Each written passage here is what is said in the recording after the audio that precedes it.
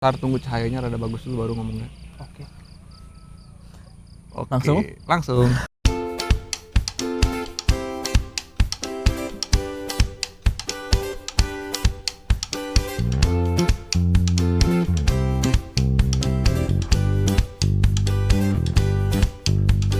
Halo Sobat Handal, balik lagi di konten ngolong di Handal Studio. Hari ini aku dan Kang Afdal lagi di Jembatan Apung Surapatin. Betul, Wan. Nah, ini di mana sih Kang jembatannya, Kang? Jadi Jembatan Apung Surapatin ini lokasinya ada di Desa Pangauban, Wan. Pangauban. Desa Pangauban, Kecamatan Batu Jajar, Kabupaten KBB. Bandung Barat. Bandung Barat ya? Betul. Oke.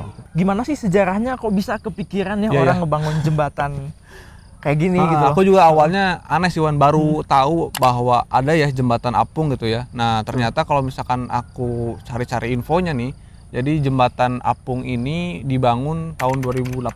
2018. Berarti udah sekitar 4 tahun tahun. ya. Diinisiasi oleh salah seorang anggota TNI Pusdikaf Padalarang katanya. Pusdikaf Padalarang. Jadi Oke. dari situ ini jadi omset belum apa-apa omset. Udah jadi bisnis keluarga turun temurun. Bisnis keluarga gitu. turun temurun. Tapi pinter juga ya ini yang dia tuh bisa lihat peluang. Betul banget. Bisa memanfaatkan peluang. Dan memang produknya bermanfaat banget buat warga gitu ya. kan. Nah terus kalau lihat dari lebarnya nih kan, Ya.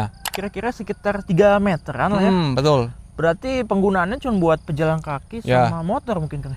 Penggunaan betulan, jadi cuman hanya khusus untuk pejalan kaki, juga kendaraan bermotor roda dua lah, Roda dan dua. sepeda juga Ya, gitu. Sepeda. Nah ini kan yang punyanya swasta, Betul. bukan pemerintah. Ya. Kira-kira kalau kita lewat sini bayar nggak nih kan? Bayar, Wan. Oh, Kalau bayar. nggak bayar bangkrut dong. Masa ikhlas? Saya ikhlas. Bisi, tidak weh. dibayar gitu kan, nggak mungkin. Ini jadi kalau infonya nih, kalau misalkan kita melintas jembatan ini, sebalik ke sana aja misalkan. Itu kalau misalkan buat pejalan kaki, Wan, itu dikenain biaya 2.000 2.000. pejalan kaki. Ya murah lah ya. Nah, kalau misalkan motor 5.000. 5.000 Nah. lumayan juga tuh Kang. Justru dulu sebelum adanya jembatan apung ini, mereka kalau nyebrang itu bayarnya lebih mahal, Wan, karena harus pakai perahu. Berapa tuh? Nah, kalau pakai perahu buat pejalan kaki aja, enggak deh, salah tadi. Buat Pejalan kaki itu gratis sekarang ya. Oh sekarang gratis. Pejalan kaki gratis. Kalau misalkan motor 5.000. 5.000. Terus yang 2.000? Sepeda 2.000. Oh sepeda 2.000. Oke. Nah, tapi kalau misalkan dulu pas lagi pakai perahu, pejalan kaki aja bayar 10.000. 10.000. Waduh. Motor 25.000. 25.000. Nah, itu kan lumayan banget dengan adanya jembatan ini, ya sangat menghemat lah Menghemat istilahnya. biaya ya. Biaya Kalau waktunya dari usernya. gimana? Nah, kalau waktu dulu kalau misalkan belum ada jembatan ini dan nggak mau lewat sini, muternya itu membutuhkan waktu sekitar 30 menit, Wan. 30 menit. Dari Lumayan tuh Batu Jajar ke Saguling. Tapi dengan adanya jembatan ini cukup 10 menit aja. Itu 10 udah menit. nyampe gitu. Jadi ya bener-bener sangat menghemat waktu sih. Ya. Dan ada fakta menarik nih, Wan. Apa tuh? Jadi di Waduk Saguling ini ada 3 jembatan apung serupa gitu, Wan. 3 jembatan apung serupa. Apa aja tuh, Di Kang? Waduk Saguling di kawasan PLTA Indonesia Power ya. Itu pertama ada ini, Wan, namanya Jembatan Bucin. Bucin. Nah, Apa tuh Kang itu Bucin, Kang? menghubungkan Desa Bunder Bunder. dan Desa Cililin. Oh, singkatan jadi ya. Bunder, Cililin, Nah, Bucin. Oke. Terus ada Jembatan Jubang. Jubang. Apa tuh singkatannya tuh? Nah, tapi ini nggak ada nyambung-nyambungnya Nggak sih. nyambung-nyambungnya. Jubang itu menghubungkan antara Cibacang Cibacang. dan Kota Baru Parahyangan. Nggak ada junya sih. Nggak nyambung Jubang. sih. Nggak tahu, cuma Jubang. infonya Nggak gitu ya. apa-apa. Terus satu lagi ada Sasak Bodas. Sasak Bodas. Yang menghubungkan antara Desa Cangkora Cangkora. dengan apa ya, aku lupa. Seketando. Seketando. Itu Sasak Bodas. Jadi jembatannya warna putih. warna putih. Terus apalagi nih, Wan? Oh. Terus kalau kita perhatiin nih Kang, ada sesuatu yang menarik Oh, nih iya, apa jembatan tuh? ini. Kan kalau jembatan biasanya bawahnya sungai ya. Oh iya, bener ya. Kalau ini bawahnya waduk ya. Gitu loh. Jadi kalau kita lihat ini rame banget. Nah, karena apa? Karena waduk ini dimanfaatkan oleh warga buat mencari nafkah tentunya. Betul banget. Ada yang pakai buat tambak ikan. Oh iya, tambak ikan. Ya. Ada juga pakai rumah apung sebagai Itu tempat wisata. belakang kita itu mereka jualan makanan tuh, Wan. Itu Mereka ya? itu mereka saung-saung gitu, ada ya jualan makanan lah, menikmati pemandangan di Pemandangan ya. desa di Waduk Saguling gitu. Ada Gitu. juga yang mancing nih. Ada juga yang belakang. mancing ya di belakangnya. Dan Waduk Sagulingnya sendiri kan sebagai ini ya, apa? tempat ya, penampungan PLTA-nya kan, air, PLTA, banyak banget lah pembangkit manfaatnya ya. listrik. Nah teman-teman, untuk yang lagi tingkat akhir butuh topik, nah ini cocok banget nih buat teman-teman. Karena apa? Karena unik. Nah aku kepikiran nih, ini kan jembatan apung. Ya. Coba teman-teman cari alternatif lain. Kalau bukan jembatan apung, apakah lebih efisien Ya. atau lebih murah atau seperti apa gitu loh. Ini worth it banget lah kalau menurut aku buat dijadikan tugas akhir. Nah, satu lagi nih Wan, Apa sebelum kita bahas teknis ya. Hmm. Jadi jembatan ini tuh menurut berita yang aku dapat tahun 2019, jadi katanya Pemda Kabupaten Bandung Barat tuh justru nggak tahu nih Wan, adanya tahu. jembatan ini tuh. Karena memang ya jembatan ini kan dibangunnya juga swasta ya, pertama bukan Swasta. oleh Bina Marga Kabupaten ya. Yaudah deh, daripada lama-lama, ayo kita review aja Kang jembatannya. Oke, Kuy. cabut.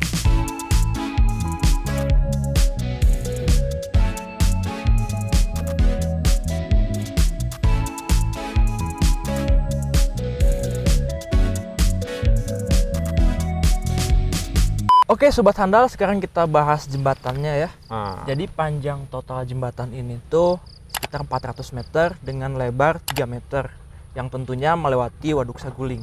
artinya dengan panjang 400 meter itu 400 sampai 500 meter lah ya.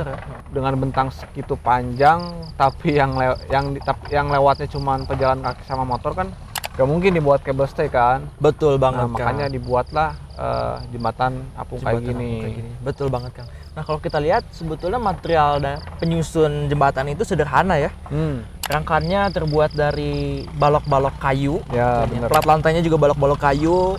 Kemudian pontonnya dari drum yang warna biru tuh, drum bekas. Ponton tuh apa Wan?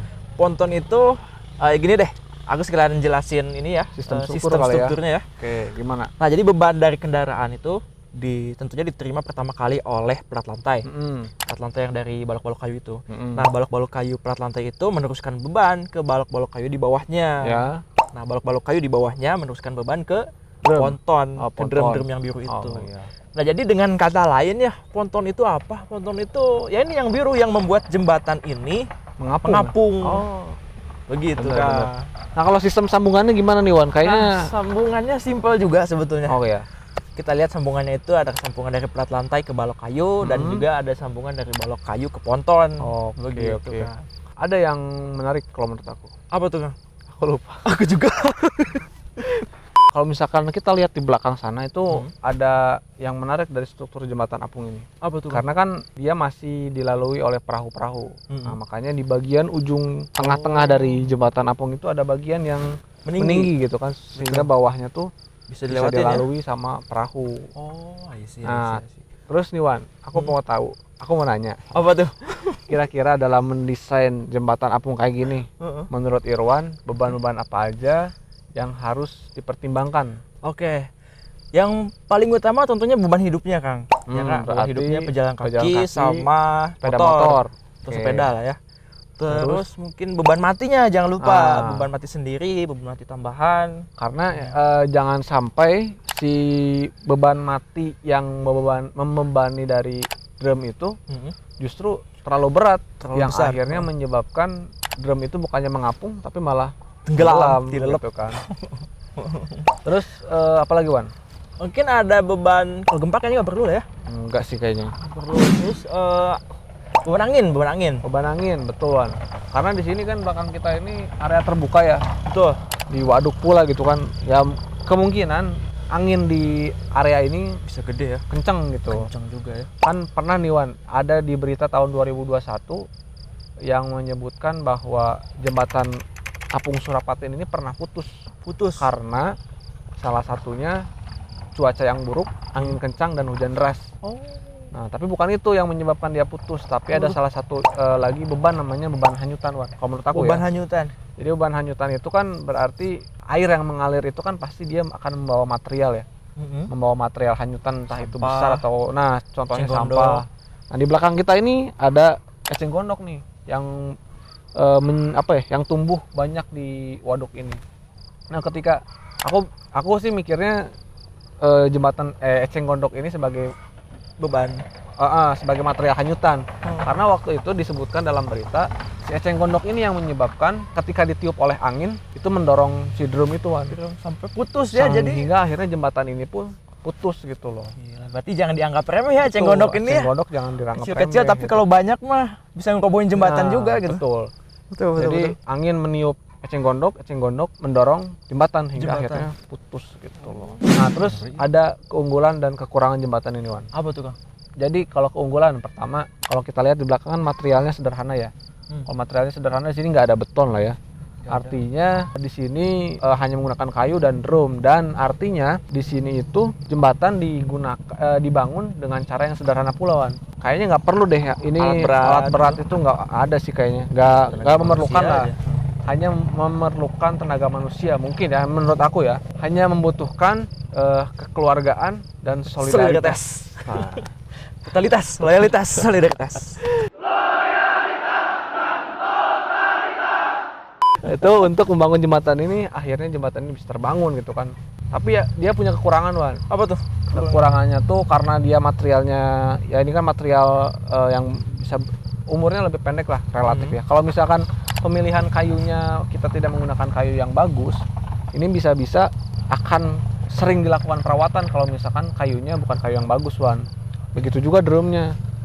Karena ya tadi kan karena sederhana tadi kan, makanya itu keperawatan atau ini itu bakal lebih mahal gitu. Biaya perawatannya lebih mahal daripada initial cost-nya. Dan satu lagi nih, Wan, jembatan ini kan di atas air ya. Betul. Nah, jadi otomatis kendaraan yang melintasi jembatan ini harus pelan-pelan khususnya motor ya. Karena kan kalau motor kencang di sini nanti bakal kelihatan tuh jembatan ini akan naik turun karena ada di atas air kan. Nah, ketika naik turun begitu ya itu kan tidak nyaman untuk pengguna jalan yang lain. Ya, jatuh itu. Betul banget.